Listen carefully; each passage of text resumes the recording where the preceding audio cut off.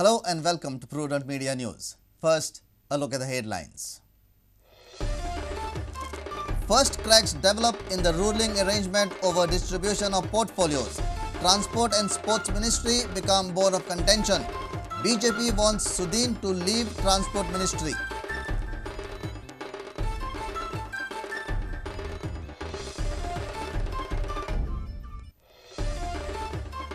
Former members of State Level Committee welcome the decision of government to keep RP 2021 on hold.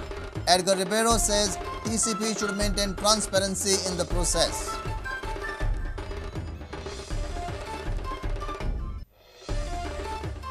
State to have 6 new IAS officers. Total strength of IAS officers goes to 16. Senior officers Reddy and Ramamurthy transferred.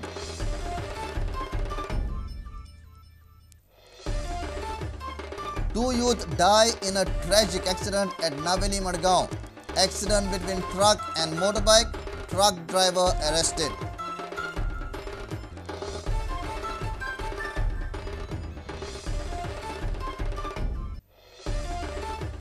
CM wishes to begin work of Mopa Airport this year.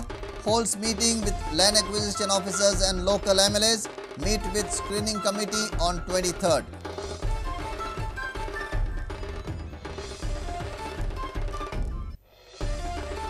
And Minister Albertano Furtado takes over as President of Square Association of Goa.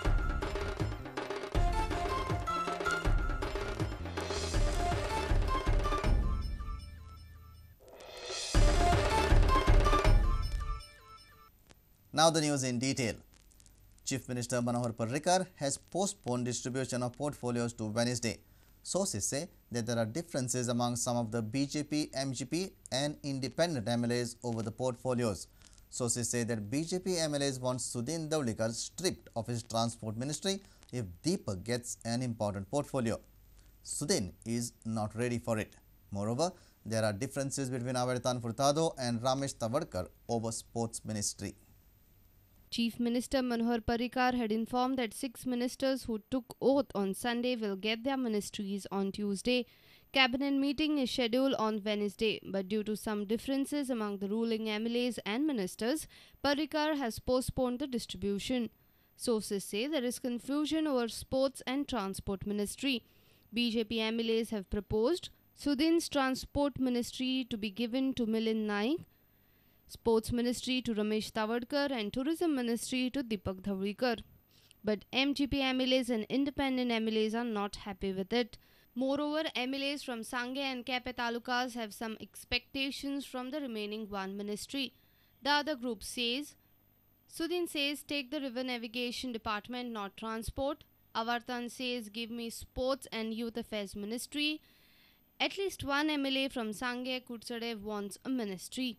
Most of the BJP MLAs feel that it is not right to give important ministries like PWD and Transport to Sudin Dhawlikar and Tourism to Deepak Dhawlikar. Secondly, Parrikar wants to give the remaining one ministry to Mathani's wife, Alina.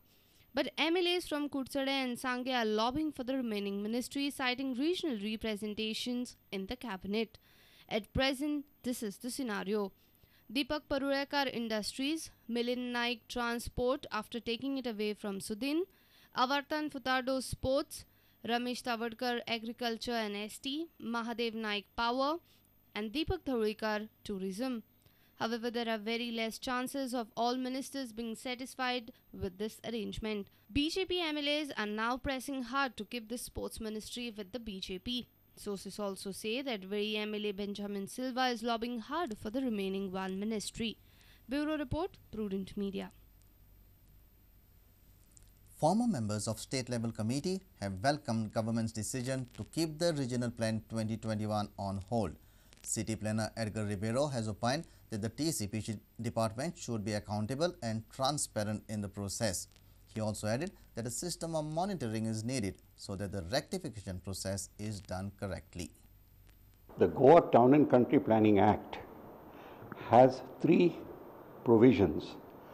Under Chapter 3, you prepare a regional plan. Under Chapters 4 to 7, I think, are how you prepare a ODP, CDP or a development plan. And the last chapter 7 is to prepare town planning schemes. What was objected to earlier when the task force was created was the regional plan. The regional plan was misused, and they created a task force. The task force followed chapter 3, plus they took into account the views of people elected through Grama Sabhas, etc., and the participatory process. And that is what went for the suggestions process.